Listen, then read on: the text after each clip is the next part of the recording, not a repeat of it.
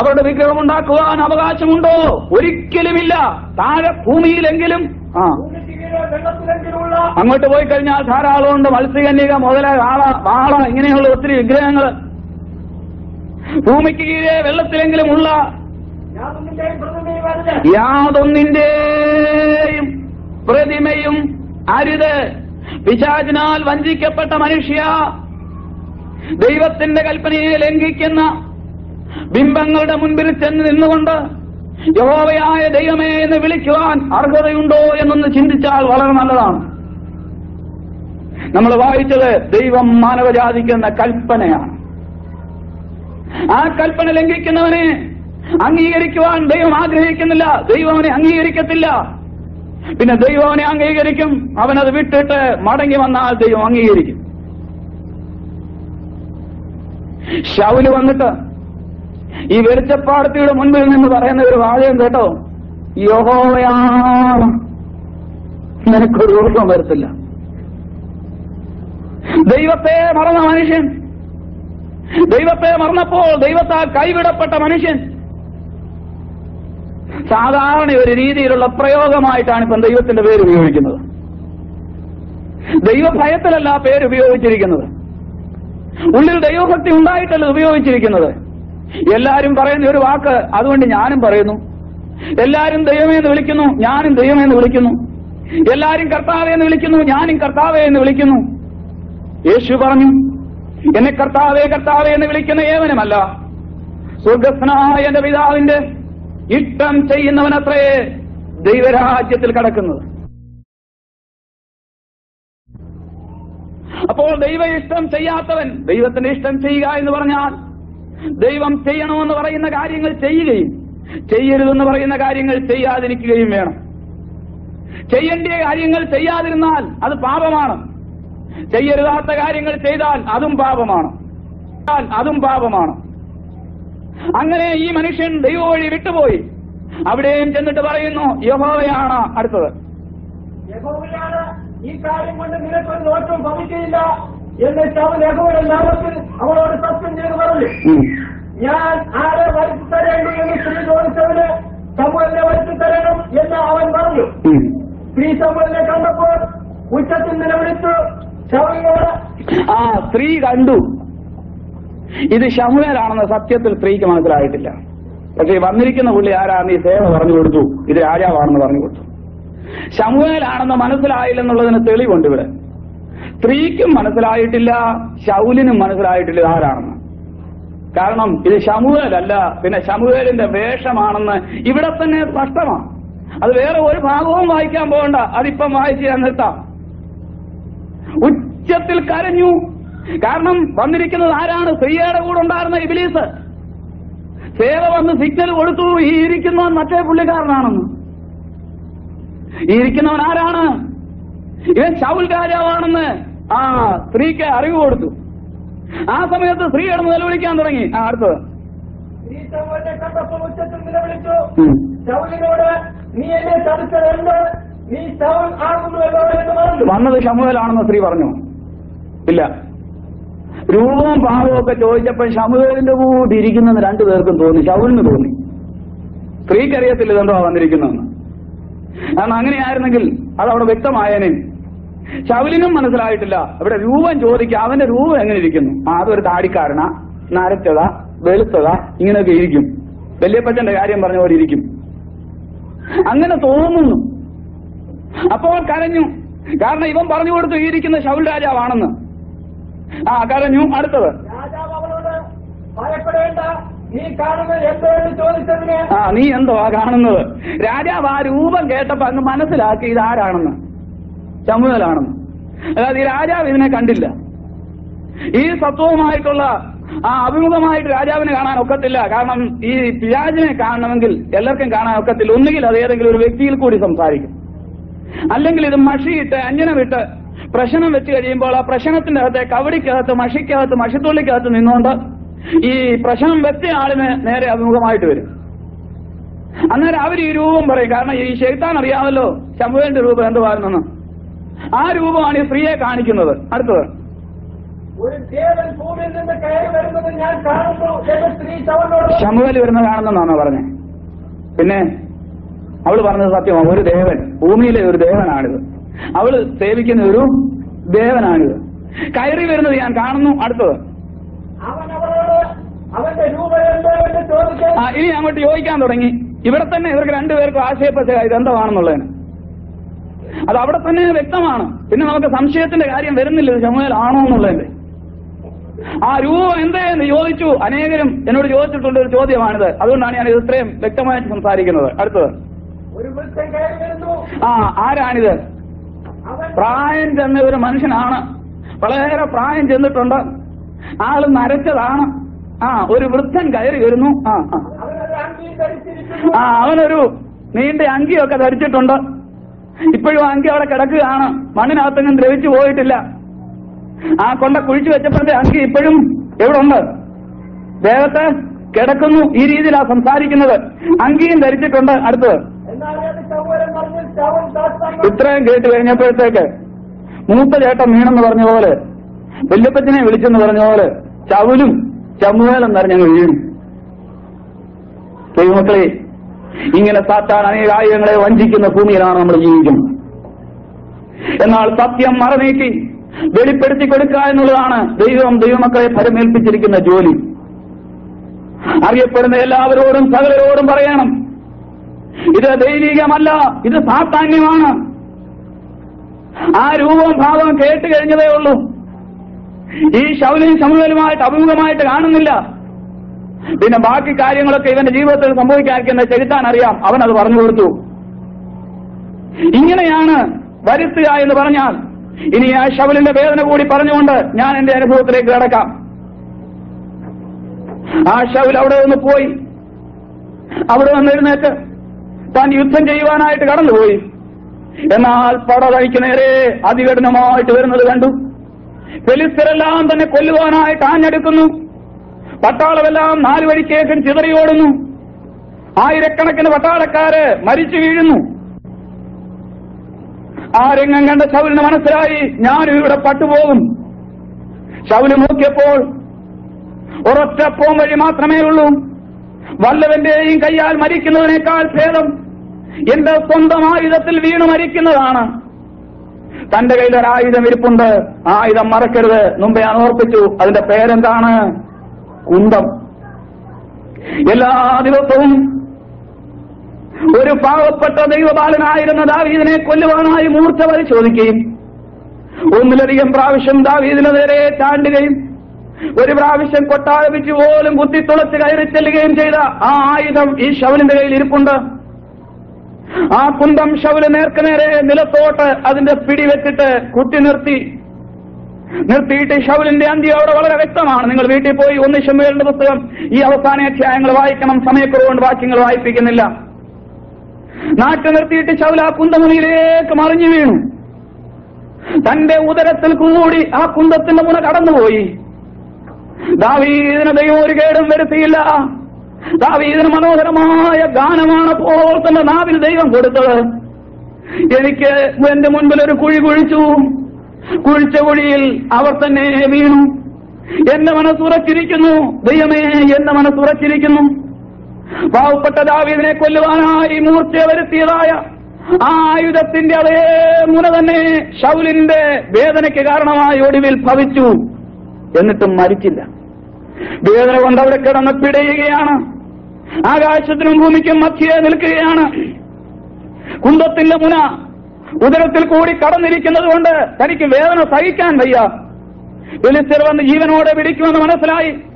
അടുത്തു വന്ന പട്ടാളക്കാരനോട് പറഞ്ഞു, നിന്റെ വാൾ ഊരി എന്നെ വെട്ടുക.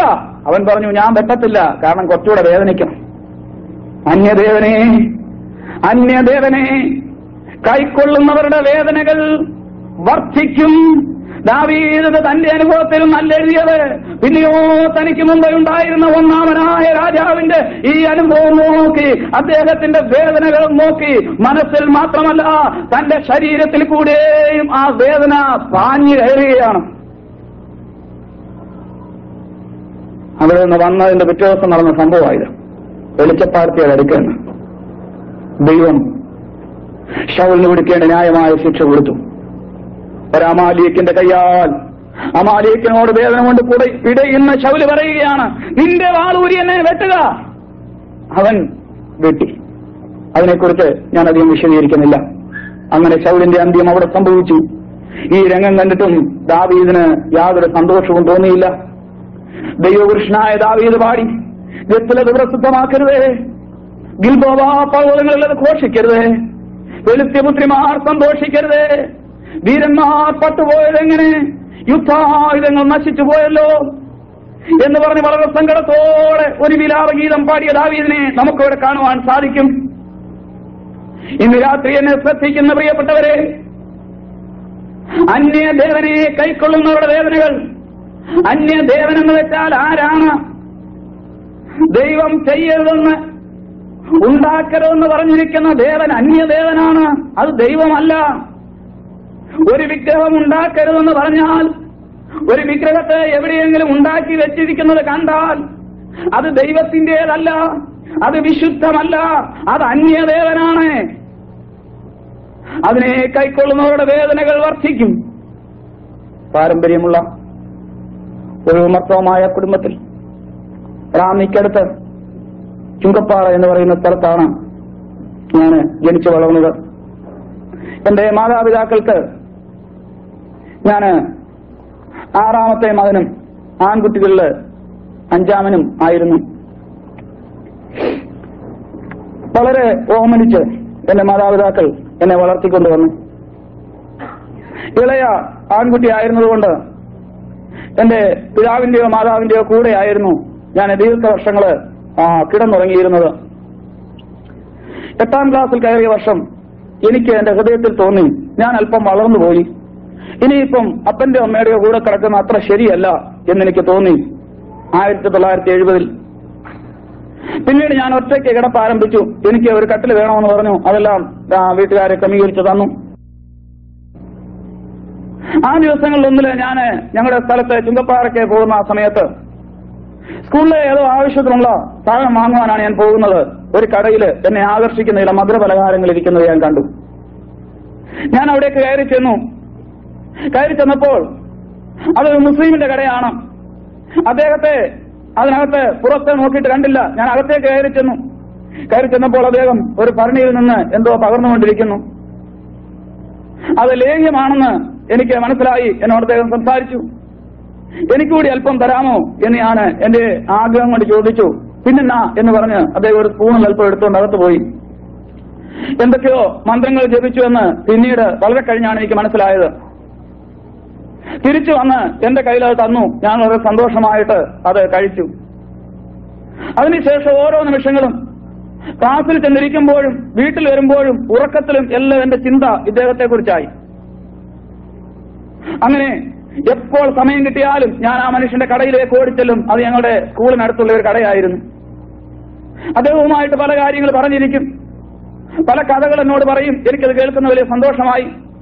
ചില ദിവസങ്ങളിൽ ആവർത്തിച്ച് ലേഖ്യം ചോദിച്ചു കഴിഞ്ഞപ്പോൾ ഒരു ദിവസം എന്നോട് ക്ഷൂതനായിട്ട് ചോദിച്ചു, ഇതിന്റെയൊക്കെ പൈസ ഇനി ആരാണ് തരുന്നത്? എനിക്ക് സങ്കടമായി. ഞാൻ അവിടെ നിന്ന് കരയാൻ തുടങ്ങി. എന്നോട് പറഞ്ഞു, മോൻ വിഷമിക്കണ്ട, ഒരു കാര്യം ചെയ്യാം, ഇതൊക്കെ ഉണ്ടാക്കുന്നത് എങ്ങനെയാണെന്ന് ഞാൻ മോനെ പഠിപ്പിക്കാം, അത് ഇഷ്ടമാണോ എന്ന് ചോദിച്ചു. എനിക്ക് വലിയ സന്തോഷമായി. എനിക്കിഷ്ടമാണെന്ന് പറഞ്ഞു. എന്നാൽ ഒരു ദിവസം രാത്രി പറഞ്ഞിട്ട് ആ രാത്രി മുതൽ നമുക്ക് തുടങ്ങാം. ഞാൻ പറഞ്ഞു, രാത്രി എനിക്ക് വരാൻ പേടിയാണ്, അത് സാരമല്ല, ഞാൻ വന്ന് കൂട്ടിക്കൊണ്ട് പോരാമെന്ന് പറഞ്ഞു. ചുരുക്കി പറയട്ടെ, രാത്രി 10 മണിയാകുമ്പോൾ ഞങ്ങളുടെ ആ പറമ്പിലുള്ള പള്ളിമുറ്റത്ത് ആ മതിലിനടുത്ത് ഇദ്ദേഹം വരും. വീട്ടിലെ അപ്പച്ചൻ കൂർക്കം വലിക്കുന്നത് കേട്ട് കഴിഞ്ഞാൽ എനിക്ക് മനസ്സിലാവും വീട്ടിലെല്ലാവരും ഉറക്കമായെന്ന്. ഞാൻ പതുക്കെ കട്ടിലിൽ നിന്ന് എഴുന്നേൽക്കും. ശബ്ദമുണ്ടാക്കാതെ ഇദ്ദേഹത്തിന്റെ അടുത്ത് ചെന്നു എന്നെയും കൊണ്ട് 1.5 കിലോമീറ്റർ അകലെയുള്ള കോട്ടാങ്കൾ എന്ന സ്ഥലത്തേക്ക് കടന്നു പോകും. അവിടെ കൊണ്ടുവന്ന് അദ്ദേഹത്തിന്റെ വീട്ടിലെ ഒരറക്കകത്തെ കയറ്റിയിരുത്തി ആദ്യം മുതലുള്ള ചില കാര്യങ്ങൾ പഠിപ്പിക്കുവാൻ തുടങ്ങി. ആ പറഞ്ഞു തരുന്ന കാര്യങ്ങളെല്ലാം ഞാൻ കുറിച്ചെടുത്തിട്ട് അത് അതുപോലെ കാണാതെ പഠിക്കണം. പിറ്റേ ദിവസം അതുപോലെ ചൊല്ലിക്കേൽപ്പിക്കാം. അങ്ങനെ നാളുകൾ കഴിഞ്ഞപ്പോഴാണ് എന്റെ വീട്ടുകാർക്ക് മനസ്സിലായത് ഞാൻ ഇങ്ങനെ രാത്രിയിൽ പോകുന്നുണ്ടെന്നും എന്തൊക്കെയോ ആവശ്യമില്ലാത്തവ പഠിക്കുന്നുണ്ടെന്നും ഒക്കെ. ഒരു ദിവസം എന്റെ മൂത്ത സഹോദരൻ എന്നെ പിടിച്ചു കെട്ടി, ഞങ്ങളുടെ വരാന്തയിലുള്ള തൂണയിൽ പിടിച്ചു കെട്ടി. എന്നിട്ട് എന്നെ മർദ്ദിക്കുവാൻ തുടങ്ങി. 4 ചൂരൽ വടികൾ പൊട്ടിക്കീറുന്നതുവരെയും എന്നെ അടിച്ചു. ഓരോ അടി വന്ന് കൊള്ളുമ്പോഴും ഞാനൊന്ന് ചിരിക്കും, എന്നിട്ടൊന്ന് തല കുലുക്കും.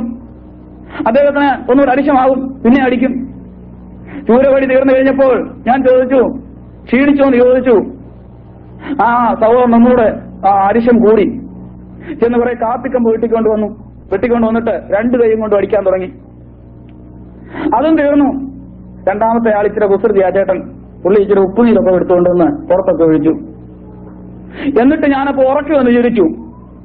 കാപ്പിക്കമ്പും ഒടിഞ്ഞു കഴിഞ്ഞപ്പം ഞാൻ ചോദിച്ചു, മതിയായോ എന്ന് ചോദിച്ചു. അപ്പോഴ് എന്നെ അഴിച്ചു വിട്ടേച്ച് പറഞ്ഞു, പിന്നെ ഇനി ഒന്നും ചെയ്യുന്നില്ല, എന്നാ ചെയ്താലും നീ നന്നാകാൻ പോകുന്നില്ല, നിനക്ക് ബോധിച്ച പോലെ പൊക്കോളാൻ പറഞ്ഞു.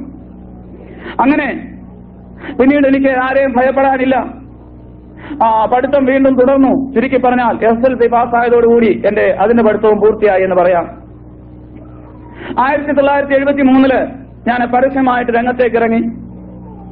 ആദ്യമായി ചികിത്സിച്ചത് പാലായിലുള്ള ഒരു രാഷ്ട്രീയ നേതാവിന്റെ വീട്ടിലായിരുന്നു. അദ്ദേഹത്തിന്റെ ഒരു മകൾക്ക് ഭ്രാന്ത് പിടിച്ചു.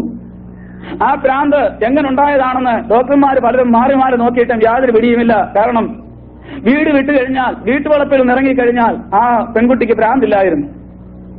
അവസാനം ഞാൻ ചെന്ന കാര്യങ്ങൾ സംസാരിച്ചു, അതിന്റെ കാര്യങ്ങളൊക്കെ കണ്ടുപിടിച്ചു. അതിനെക്കുറിച്ച് ഞാൻ വിശദീകരിക്കുന്നില്ല.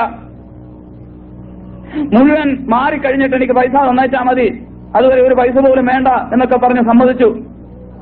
അങ്ങനെ അതിന്റെ അസുഖം മാറിയതോടുകൂടി പിന്നെ വൈദ്യർക്ക് വേറായി തുടങ്ങി. വലിയ വലിയ ആളുകളൊക്കെ വന്ന് ചോദിക്കാൻ തുടങ്ങി, എങ്ങനെയാണ് മോളുടെ അസുഖം മാറിയത്? അപ്പോഴേ കാര്യങ്ങളെല്ലാം പറഞ്ഞു കൊടുക്കും. പറഞ്ഞു കൊടുത്ത് കഴിയുമ്പോൾ അപ്പോഴേ അദ്ദേഹത്തെ ഒന്ന് കാണണമെന്നാവും. എന്നെ കണ്ടാൽ ഞാൻ തീരെ കൊച്ചുകുട്ടിയാണ്. 15 വയസ്സ് പ്രായമുള്ളപ്പോൾ 16 വയസ്സ് തുടങ്ങിയ അപ്പോൾ ഞാൻ എത്രയും ഉണ്ടെന്ന് നിങ്ങൾ ചിന്തിച്ചുകൊള്ളുക. അങ്ങനെ നാളുകൾ മുന്നോട്ട് നീങ്ങി. നാട്ടിലെ പല കാര്യങ്ങൾ ചെയ്യാൻ തുടങ്ങി. എന്നാൽ എന്റെ വീട്ടില് ഞാനൊരു വലിയ ദുഃഖമായിട്ട് മാറി. എന്റെ മാതാപിതാക്കളും സഹോദരങ്ങളും എന്നെ ചൊല്ലി വളരെ ഭാരപ്പെടുവാൻ തുടങ്ങി. എന്റെ മാതാവ് എല്ലാ ദിവസവും വളരെ കണ്ണുനീരോട് ദൈവസന്നിധിയിൽ നിന്ന് കരയുന്നത് രാത്രിയിൽ ഞാൻ ശ്രദ്ധിക്കാറുണ്ടായിരുന്നു. ഞാൻ പലപ്പോഴും പോയി പരിപാടികളൊക്കെ കഴിഞ്ഞ് രാത്രി 2 മണിയാകുമ്പോൾ തിരിച്ചു വരും. തിരിച്ചു വരുന്ന സമയത്ത് മാതാവിനോട് ഒന്നും മിണ്ടാതെ മുറിയിൽ നിന്ന് മാതാവിന്റെ കണ്ണുനീരും പ്രാർത്ഥനയും എനിക്ക് കേൾക്കുവാൻ സാധിക്കുമായിരുന്നു. എന്നാൽ എനിക്ക് സേവകൾ കൂടി കിട്ടിക്കഴിഞ്ഞപ്പോൾ എനിക്കൊന്നുകൂടെ ധൈര്യമായി. മുസ്ലിയാരെന്നോട് പറഞ്ഞു, വാപ്പച്ച നോയമ്പ് നോക്കിക്കോ, സേവ കിട്ടുമെന്ന് പറഞ്ഞു. ഞാൻ ചോദിച്ചു, ഏത് സേവയാ മുസ്ലിയാരെ കിട്ടുന്നത്? ലിസ്റ്റ് നിരത്തി വെച്ചു. മാതാവ്, സഹദ, കടമുറ്റത്ത് കത്തനാര്, ശബരിമല ശാസ്താവ്, ഗുരുവായൂർ അപ്പൻ, ഭദ്രകാളി, ഇങ്ങനെയുള്ള ചില ലിസ്റ്റുകൾ നിരത്തി വെച്ചു. പിന്നെ ചാത്തനും കുട്ടിച്ചാത്തനും അങ്ങനെയുള്ള ചെറുതൊക്കെ വേറെ.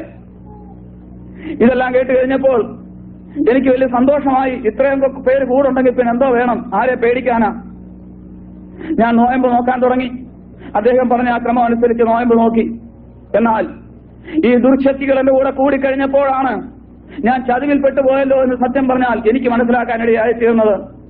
ഞാൻ വിചാരിച്ചിരുന്നത് ഇതൊക്കെ നല്ല സ്വഭാവമുള്ളവരും കൊള്ളാകുന്നവരും ദൈവങ്ങളുമാണ്. സഹതായയുടെ സേവ ഇങ്ങോട്ട് വന്ന് കയറിക്കഴിഞ്ഞുടനെ കൊണ്ടുവാ കരിങ്കോഴി എന്നാ പറയുന്നത്. ഈ കോഴിച്ചോര വലിച്ചു കുടിക്കുന്ന സമയത്ത് ഞാൻ ഓർക്കുകയോ, ഞാൻ വഞ്ചിക്കപ്പെട്ടു പോയല്ലോ. അല്ലെങ്കിൽ പിന്നെ ഉരുട്ടുപ്രയോഗവും ചവിട്ടുപ്രയോഗവും പിന്നെ തലയ്ക്ക് സുഖമില്ലാത്ത രീതിയിൽ ഭ്രാന്തി പിടിപ്പിക്കുന്ന പ്രയോഗമൊക്കെയാണ് ഇതിന്റെ കയ്യിൽ ഇരിക്കുന്നത്.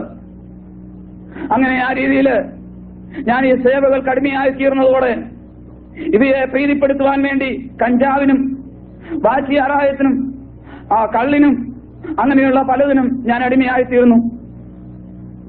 നാളുകൾ മുന്നോട്ട് നീങ്ങും തോറും എന്റെ പ്രവർത്തനങ്ങളെ കൂടി വന്നു. എനിക്ക് രജിസ്റ്റേർഡ് ഫാർമസി ഉണ്ടായി. രാഷ്ട്രീയ നേതാക്കന്മാരുടെ സഹായത്തോടെ അത് രജിസ്റ്റർ ചെയ്തു. പാലായില് എന്റെ പേരിൽ തന്നെ അത് ആരംഭിച്ചു. എന്നാൽ എന്റെ വീട്ടിലെ പ്രിയപ്പെട്ടവരുടെ വേദന സഹിക്കാൻ വയ്യാതെ അവരിങ്ങനെ ആലോചിച്ചതിന് എന്താണൊരു മാർഗം? ഒടുവിലെ ഒരു ദൈവദാസൻ പറഞ്ഞു, നിങ്ങൾ കുടുംബമായി ദൈവത്തെ ആത്മാവിലും സത്യത്തിലും ആരാധിക്കുവാൻ മുന്നോട്ടിറങ്ങി വരുമെങ്കിൽ നിശ്ചയമായിട്ടും നിങ്ങളുടെ മകൻ മടങ്ങി വരും എന്നൊരു ദൈവദാസന്റെ മാതാവിനോട് പറഞ്ഞു. എന്റെ പിതാവ് കൊടുത്ത സ്ഥലത്താണ് ചുങ്കപ്പാറ മർത്തോമാ പള്ളി. ഇന്നും സ്ഥിതി ചെയ്യുന്നത്. അത് ഞങ്ങളുടെ വീടിന്റെ മുറ്റമാണ് ഒരു വിധത്തിൽ പറഞ്ഞാൽ. അത്രമാത്രം സമുദായ ഭക്തിയിൽ നിന്നുള്ളതായ പ്രിയപ്പെട്ടവര് ഓരോരുത്തരായിട്ട് എന്റെ മാതാപിതാക്കളും അന്നവിടെ ഉണ്ടായിരുന്ന സഹോദരങ്ങളും ഓരോരുത്തരായിട്ട് മുന്നോട്ട് കടന്നു വരുവാൻ തുടങ്ങി. അവരെ രക്ഷിക്കപ്പെട്ട് വിശ്വാസ സ്നാനം സ്വീകരിച്ച് കർത്താവിനെ ആത്മാവിലും സത്യത്തിലും ആരാധിക്കുവാനായി മുന്നോട്ട് കടന്നു വന്നു. എന്റെ പ്രവർത്തനങ്ങളെ വീണ്ടും വഷളായിക്കൊണ്ടിരുന്നു. അന്ന് എന്റെ ഒരു ജ്യേഷ്ഠ സഹോദരന് മുമ്പേ കർത്താവിന്റെ ശ്രേഷ്ഠദാസൻ ജോർജാൻ ഓർപ്പിച്ചതുപോലെ അദ്ദേഹത്തോടൊപ്പം കർത്താവിന്റെ വേലയിൽ ഇവിടെ ന്യൂയോർക്കിലായിരുന്നു. 1976 അദ്ദേഹം നാട്ടിൽ വരുന്ന സമയത്ത് എന്റെ ഈ നടപ്പൊക്കെ മനസ്സിലാക്കി. എങ്ങനെയെങ്കിലും ഒന്ന് നന്നാക്കിയെടുക്കണം എന്നുള്ള ചിന്തയിൽ ഉപവസിക്കാനും പ്രാർത്ഥിക്കാനും ഒക്കെ തുടങ്ങി. ഒരു ദിവസം പ്രാർത്ഥന നടക്കുന്ന സമയത്ത് ഞാന് പൂജകളുമായിട്ട് മറ്റൊരു മുറിയിൽ കടന്നു വന്നവരുടെ പ്രശ്നം നോക്കാനായിട്ട് കയറി. ഓരോ സ്ഥലങ്ങളിലും ഏജന്റുമാരുണ്ടായിരുന്നു. അവര് ആളുകളെയും കൊണ്ടുവരും. അത് നോക്കുവാനായിട്ട് ഞാൻ മുറിക്കകത്ത് കയറി. ആ സമയത്ത് വളരെ വേദനയോട് എന്റെ സഹോദരന് എന്നോട് പറഞ്ഞു, മോനെ, ഞങ്ങൾ ഇവിടെ ഇരുന്ന് ജീവനുള്ള ദൈവത്തെ ആരാധിക്കുകയാണ്. നീ ചെയ്യുന്നത് ദൈവത്തിന് ഒരിക്കലും ഇഷ്ടമല്ല. നീ എഴുന്നേറ്റ് വന്ന് ഞങ്ങളുടെ കൂടെ മുട്ടുകുത്തിയിരുന്ന് പ്രാർത്ഥിക്കുന്നു എന്ന് ചോദിച്ചു. എന്റെ ഏകാഗ്രതയ്ക്ക് തടസ്സമായി. ഞാനും ആ സഹോദരനുമായിട്ട് വളരെ വാക്കേറ്റം ഉണ്ടായി. പല കാര്യങ്ങളും പറഞ്ഞു. നാട്ടുകാർ പലരും ഞങ്ങളുടെ ചുറ്റും ഓടിക്കൂടി. ദൈവമക്കളെ കളിയാക്കുവാനായിട്ട് നോക്കി നിൽക്കുന്ന അനേക അയൽവക്കക്കാര് അന്ന് ഞങ്ങളുടെ അടുത്തുണ്ട്.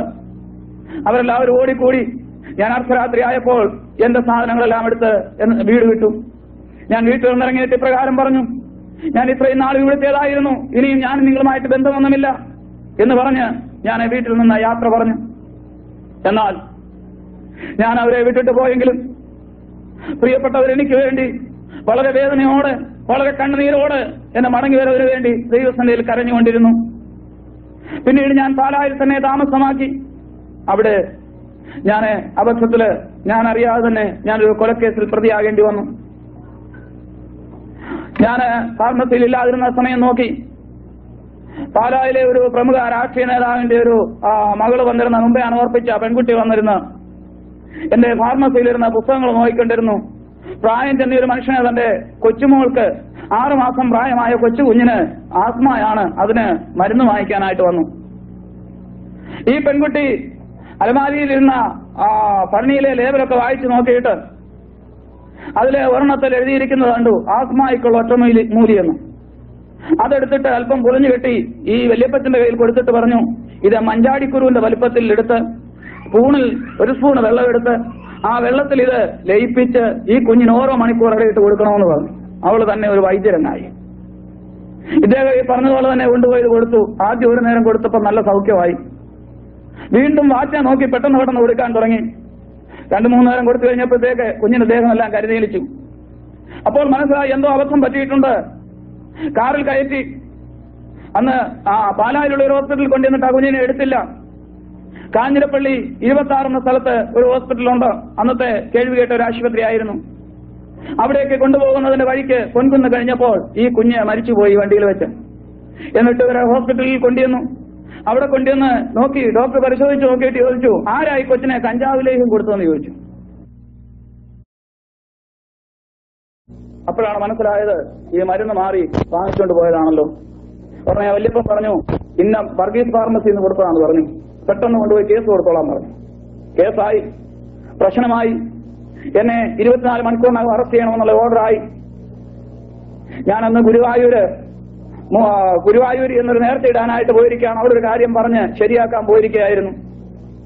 ഞാൻ മൂപ്പിലാന്റെ അടുത്ത് വന്ന് തിരിച്ചു വന്നപ്പോഴത്തേക്ക് അറസ്റ്റ് വാറണ്ടാണ് ഇവിടെ വന്ന് പോലീസ് സ്റ്റേഷനിൽ ഇരിക്കുന്നത്. വന്ന ഉടൻ തന്നെ പാലായിലുള്ള രാഷ്ട്രീയ നേതാവിനെ വിളിച്ചിട്ട് പറഞ്ഞു, മോനെ സ്ഥലം വിടാൻ നോക്കിക്കോണം. സർക്കിൾ വിളിച്ചു പറഞ്ഞു, വാറണ്ട് വന്നിട്ടുണ്ട്, വൈദ്യരെ പെട്ടെന്ന് സ്ഥലം മാറ്റിക്കോണം. അങ്ങനെയുള്ള നമ്മുടെ പോലീസ് ഡിപ്പാർട്ട്മെന്റ് ചില കാര്യങ്ങളൊക്കെ പുറത്ത് പറയുന്നതിൽ എനിക്ക് മടിയുണ്ട്, ലജ്ജയുണ്ട്. അത് കേട്ടുകൊണ്ട് അന്ന് രാത്രി കഴിഞ്ഞു. പിറ്റേ ദിവസമായി.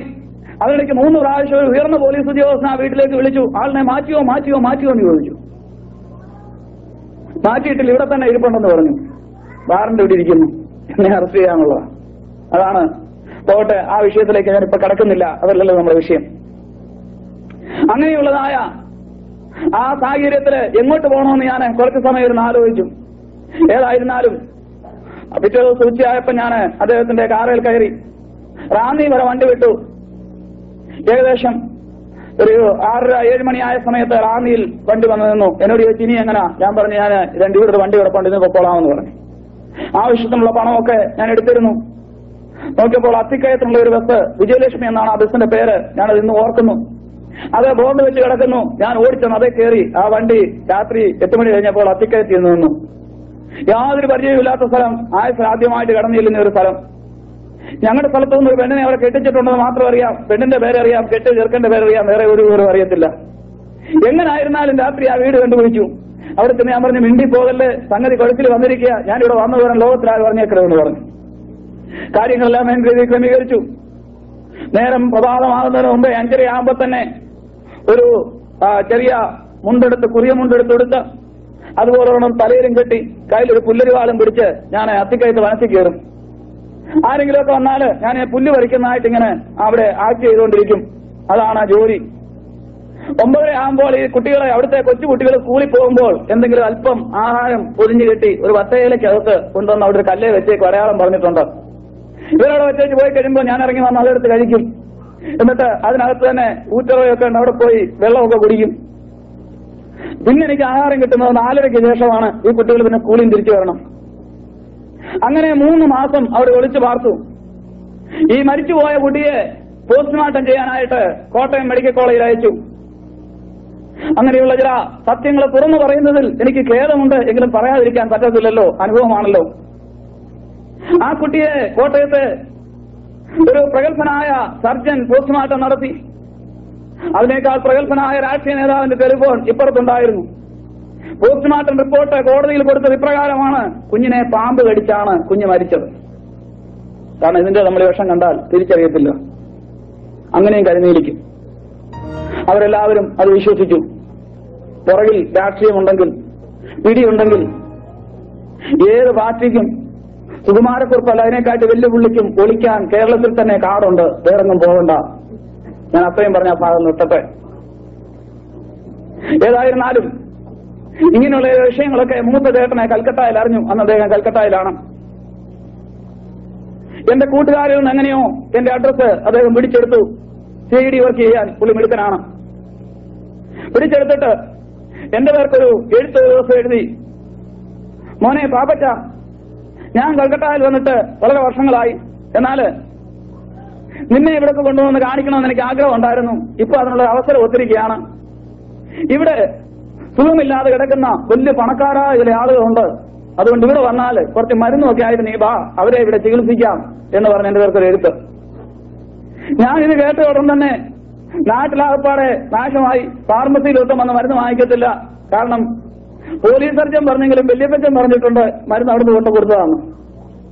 കാഞ്ഞിരപ്പള്ളിയിലെ ഡോക്ടറും പറഞ്ഞിട്ടുണ്ട് ഇത് കഞ്ചാവ് ലേഖ്യം കൊടുത്തതാണ്, മാറിപ്പോയതാണ്. വാസ്തവത്തിൽ ഞാൻ നിരപരാധിയാണ്, പക്ഷേ ഞാൻ തെറ്റുകാരനാണ്. കാരണം ആ ലേഖ്യം ഉണ്ടാക്കാനുള്ള ലൈസൻസ് എനിക്കെന്നല്ല, ഇന്ത്യയിലെ ഒരു വൈദ്യന്മാർക്കും കൊടുക്കുന്നതല്ല. അത് നിയമവിരുദ്ധമായ മരുന്നായിരുന്നു.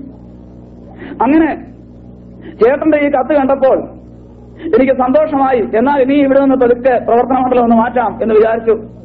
കുറെ സാധനങ്ങളും കുറെ തൈടുകളും ഒക്കെ വാങ്ങി ആവശ്യത്തിനുള്ള മയക്കുമരുന്നുകൾ, കഞ്ചാവൊക്കെ ശേഖരിച്ച് പൂജാ സാധനങ്ങളൊക്കെ എടുത്ത് കൽക്കട്ടയ്ക്ക് യാത്ര തിരിച്ചു.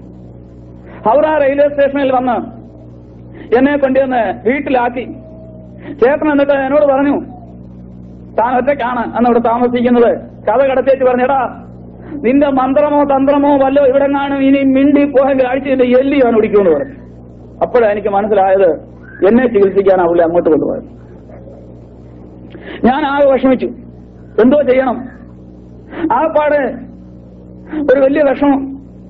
ഏതായാലും ശരി, കുറച്ചു നേരം കഴിഞ്ഞ് അദ്ദേഹം ജോലിക്ക് പോയി. ഉച്ച കഴിഞ്ഞ് തിരിച്ചു വന്നു. ഞാൻ യാത്രാക്ഷീണം കൊണ്ട് കിടന്നുറങ്ങുകയായിരുന്നു. കഥകിന് 1-2 മുറ്റപ്പം കഥവ് തുറന്നു. ഞാൻ തുറന്നതായിരിക്കുന്നു വിചാരിച്ച് അകത്ത് കയറി. ഞാൻ നേരത്തെ പറഞ്ഞല്ലോ അദ്ദേഹത്തിന് ദൈവത്തിലും പിശാചിലും ഒന്നും വലിയ വിശ്വാസമില്ലാത്ത ഒരാളായിരുന്നു. അങ്ങനെ അകത്തേക്ക് കയറി വന്നപ്പോൾ എന്നെ കണ്ടില്ല.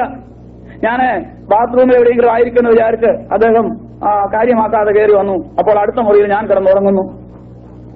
തന്നെ അത്ഭുതപ്പെടുത്തിയ ഒരു കാര്യം, എന്റെ കട്ടിലേൽ ആരാണ്ട് ഇതിന് വർത്തമാനം പറയുന്നു. 2 സ്ത്രീകളും 2 പുരുഷന്മാരും എന്റെ കട്ടിലേലിരുന്ന് വർത്തമാനം പറയുന്നു. അദ്ദേഹം ഇവരെ ഒന്ന് സൂക്ഷിച്ചു നോക്ക്, ഇവരെ പിന്നെ കണ്ടില്ല. ആകപ്പാടെ ഈ വിശ്വാസമില്ലെന്ന് പറഞ്ഞ പുള്ളിക്ക് ആ പേടിയായി. ഉള്ളിൽ ആകപ്പാടെ ആദിയായി അങ്ങോട്ടും ഇങ്ങോട്ടും ഓടാൻ തുടങ്ങി. കട്ടിക്കീഴയിലും അടുക്കളയിലും ഒക്കെ പോയി നോക്കുന്നുണ്ട്. ഇരുന്നവരെതിരെ പോയി എന്നാണ് അദ്ദേഹം നോക്കുന്നത്. ഇതിനിടയ്ക്ക് എന്നെ വിളിക്കുന്നുണ്ട്. കസേര ഏതാണ്ട് മറിഞ്ഞു വീഴുന്ന ശബ്ദം കേട്ടോണ്ടാണ് ഞാൻ ഉറക്കത്തിൽ നിന്ന് ഉണരുന്നത്. എന്നോട് ചോദിച്ചു, നീ ഉറങ്ങുകയായിരുന്നോ? ഞാൻ പറഞ്ഞു, ഞാനൊരു ശകലം ഉറങ്ങി. ആരാ കഥ തുറന്നത്? ഞാൻ പറഞ്ഞു, ഞാനാണ് തുറന്നത്. കാരണം മറ്റേത് പറഞ്ഞാൽ പുള്ളി അന്നേരമേ ശാസിക്കും. ഞാനാ തുറന്നത്. നിന്റെ കട്ടിലയിൽ നിന്ന് വർത്താനം പറഞ്ഞ ആരാ? ഞാൻ പറഞ്ഞു, എന്റെ കട്ടിലൊന്നും ആരും ഇരുന്നില്ല. പിന്നെ അത് ഉറപ്പിച്ച് ചോദിച്ചോണ്ട് എന്റെ കട്ടിക്കീഴിലോട്ട് ഒഴിഞ്ഞു നോക്കുക, ആരെല്ലാം അവിടെ ഒളിച്ചിരിക്കുന്നുണ്ടോന്ന്. അപ്പൊ ഞാൻ പറഞ്ഞു, അച്ചാ അതാ സേവ. ഓ സേവ, എനിക്ക് വെയിലത്തുനിന്ന് കയറി വന്നപ്പോ അങ്ങനെ തോന്നിയതായിരിക്കും. ഞാൻ പറഞ്ഞു, എന്നാ തോന്നിയത്? അത് ഞാൻ ആദ്യമേ പറഞ്ഞല്ലോ. ഏതായിരുന്നാലും നേരിട്ട് കണ്ട കാര്യമല്ലേ, അങ്ങനെ അങ്ങ് തോന്നിയതാണെന്ന് പറഞ്ഞ് വിടാനൊക്കെ പുള്ളിയുടെ മനസ്സിലൊരു പേടിയായി. അന്നിരുന്ന് എന്നോട് ഈ വിഷയത്തെക്കുറിച്ച് സംസാരിക്കാൻ തുടങ്ങി. ഓരോ സംശയങ്ങൾ അദ്ദേഹം ഇങ്ങനെ ചോദിക്കുക. ചോദിച്ചു വന്നപ്പം രാത്രി വളരെ ഇരുട്ടി. പുറത്ത് ഏതെങ്കിലും ഹോട്ടലിൽ പോയി ഊണ് കഴിക്കാം എന്ന് പറഞ്ഞ് എഴുന്നേറ്റു. നേരം 10 മണി കഴിഞ്ഞു. ഞാൻ പറഞ്ഞു, വരട്ടെ, അവിടെ ഇരിക്കേ, അടുക്കളയിലോട്ട് നോക്കിയേച്ച് നമുക്ക് വാമെന്ന് പറഞ്ഞു. ആരും കത്തിക്കാത്ത സ്റ്റൗ പടുപടോന്ന് കത്തുന്നു. ചോറും കറികളും വേണ്ടുന്ന സാധനങ്ങളെല്ലാം നിരന്നിരിക്കുന്നു. ഊണുമേശ വരേണ്ടതൊക്കെ അവിടെയും വന്നിട്ടുണ്ട്. സത്യം പറഞ്ഞാൽ പുള്ളിക്കാരനെ കിളികളെ വിറച്ചു. എന്നിട്ട് വിറച്ചെന്നുള്ള കാര്യം അന്ന് എനിക്ക് മനസ്സിലായത് കൂടുതൽ ഇപ്രാവശ്യം ഞാൻ അബുദാബി വന്നപ്പോ അദ്ദേഹം എന്നെ അവിടെ വെച്ച് എന്നെ എനിക്ക് ഒരു സാക്ഷി പറഞ്ഞു സഭയിൽ വെച്ച്. അന്നേരം എനിക്ക് മനസ്സിലായി അത്രയും വിറച്ചായിരുന്നു എന്ന് ഞാൻ പിന്നെ ചോദിച്ചു.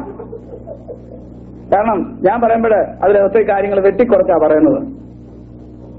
അങ്ങനെ വിറച്ച് എന്നോട് പറഞ്ഞു, എടാ നിന്നെ ഞാൻ ഒരു വഴക്കം പറയത്തില്ല, പക്ഷെ ഇതുപോലുള്ള വിദ്യകളൊന്നും മേലാല് ഇവിടെ കാണിച്ചേക്കരുത്, നീ എന്തെങ്കിലും ചെയ്തോളാൻ പറഞ്ഞു. പിന്നെ ആ വല്യപ്പച്ചനെ വരുത്തുന്ന കാര്യം സംസാരിച്ചു. അതുകൂടെ ആയിക്കഴിഞ്ഞപ്പോഴത്തേക്ക് എനിക്ക് പുള്ളിയുടെ ലൈസൻസ് കിട്ടി കൽക്കട്ടയിൽ. പിന്നെ ആരെയും ഭയപ്പെടാനില്ല. നാളുകളെ മുന്നോട്ട് നീങ്ങി. അതെ, നാട്ടിലെ പല മുതലാളിമാരും എന്നെ ഒരു നോട്ടപ്പുള്ളിയാക്കിയിരുന്നു. ഞങ്ങളുടെ നാട്ടിലെ പ്രഗത്ഭനായ ഒരു പണക്കാരന് ഒരിക്കലും 40 ആളുകളെ സംഘടിപ്പിച്ചു. 40ഉം അഭ്യാസികളാണ്. അദ്ദേഹം അവരോട് പറഞ്ഞു, അവൻ കണ്ട് കൊടുക്കാമെങ്കിൽ നിങ്ങൾ ചോദിക്കുന്ന തുക തരാമെന്ന് പറഞ്ഞു. എന്നോടുള്ള വാശി എന്താണെന്ന് ചോദിച്ചാൽ, അദ്ദേഹത്തിന്റെ ഏത്തവാഴത്തോപ്പിലെ കൊള്ളാവുന്ന ഏത്തക്കൊലകളെല്ലാം കുടം വരുന്ന സമയത്ത് അത് മുറിഞ്ഞു താഴെ പോയി. കാരണം ഞാനൊരു ഏത്തപ്പഴം എടുത്ത് തിന്നേന് എന്നെ അല്പം വേണ്ടാത്തൊക്കെ പറഞ്ഞിരുന്നു. അത് കഴിഞ്ഞൊടുവിൽ എന്റെ അടുത്ത് വന്ന് ക്ഷമ ചോദിച്ചു. എന്നെ വീട്ടിൽ വിളിച്ചുകൊണ്ട് പോയി ആ മേശപ്പുറത്ത് കുറച്ച് ഏത്തക്കായും വേണ്ടുന്ന പലഹാരങ്ങളെല്ലാം നിരത്തി. മറ്റൊന്നും എടുക്കുന്നതിന് മുമ്പ് എന്റെ കയ്യിൽ ഒരു നല്ല മുഴുത്ത ഏത്തക്ക നല്ലതുപോലെ പഴുത്ത് എടുത്ത് എന്നു പറഞ്ഞു, ദയവായിട്ട് തിന്നണമെന്ന് പറഞ്ഞു. അപ്പോൾ ആ മനുഷ്യൻ അത്രയും താണു വന്നു കഴിഞ്ഞപ്പോ അങ്ങേർക്കൊരു വിഷമം. ചേട്ടാ, ഇവന്റെ മുന്നിൽ ഞാൻ ഇങ്ങനെ നിന്നല്ലോ, അത് നിന്നിട്ടുണ്ട് പഠിപ്പിക്കണം. അതിനുവേണ്ടി ഒത്തിരി അനുഭവങ്ങൾ പറയാനുണ്ട്. ഞാൻ അതൊന്നും വിശദീകരിക്കുന്നില്ല. കാരണം അങ്ങനെയുള്ള കാര്യങ്ങൾ പറയുന്നത് എന്തിനു വേണ്ടിയാണെന്ന് ചോദിച്ചാൽ ചില കാര്യങ്ങൾ പിന്നീട് തെളിയിക്കാൻ വേണ്ടി, ഓർപ്പിക്കുവാൻ വേണ്ടിയാണ്. അദ്ദേഹം അങ്ങനെ അഭ്യാസികളെ സംഘടിപ്പിച്ചു. എന്നെ അടിക്കണം. അവരേറ്റു. അടി കൊടുക്കാമെന്ന് ഏറ്റു. ഞങ്ങളുടെ തന്നെ സ്ഥലത്തുള്ള ചുങ്കപ്പാറയുള്ള ഒരു പഞ്ചായത്ത് റോഡിൽ കൂടി ഞാൻ യാത്ര ചെയ്യുമ്പോൾ നല്ലൊരു നാൽക്കവരുണ്ട്. ആ കവരയ്ക്ക് ഞാൻ എത്തി. ഞാൻ കുളത്തുംകുഴി എന്ന സ്ഥലത്ത് ഒരു വീട്ടിലൊരു പരിപാടിക്ക് പോവുകയാണ്. ഒരു ചെറുപ്പക്കാരൻ എന്റെ മുൻപ് വന്ന് ബിസിലടിച്ചു. അപ്പോഴേക്ക് ചുറ്റുപാട് നിന്ന് ധാരാളം ചെറുപ്പക്കാര് 10-40 പേരിൽ കൂടി തന്നെ അടിക്കാനാണ് വന്നിരിക്കണമെന്ന് പറഞ്ഞു.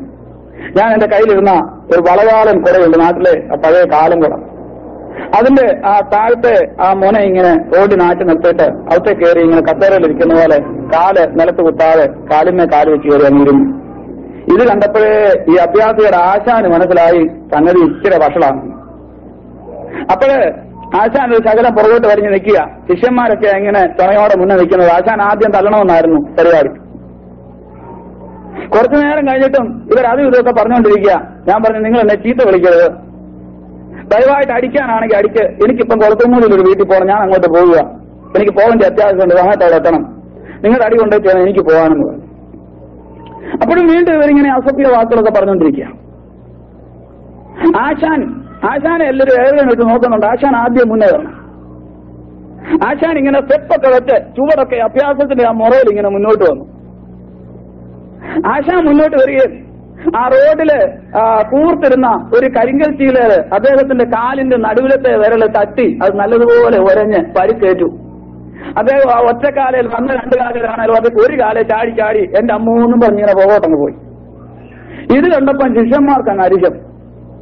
ഒരു ശിഷ്യൻ ചോദിച്ചടാ, നീ ഞങ്ങൾ ആശാനെതിരെ കൂടോത്തം ചെയ്യുമ്പോഴാന്ന് ചോദിച്ചു.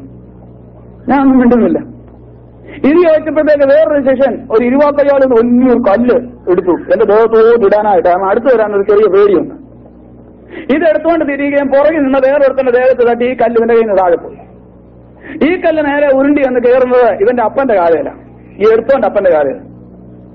അപ്പൻ ഇച്ചിരി ചൂടന ഓടിച്ചെന്നിട്ട് നീ എന്റെ കാലെ കല്ലെടുത്തിട്ട് കൂടാന്ന് ചോദിച്ചു. ചെറുക്കനിട്ട് 2 എണ്ണം കൊടുത്തു. അടിക്കരുതെന്നും പറഞ്ഞ് മറ്റൊരു തർക്കം പിടിച്ചപ്പോ അപ്പൻ മറ്റൊന്നിട്ട് അടിച്ചു. സർവത്തെ അടിയായി.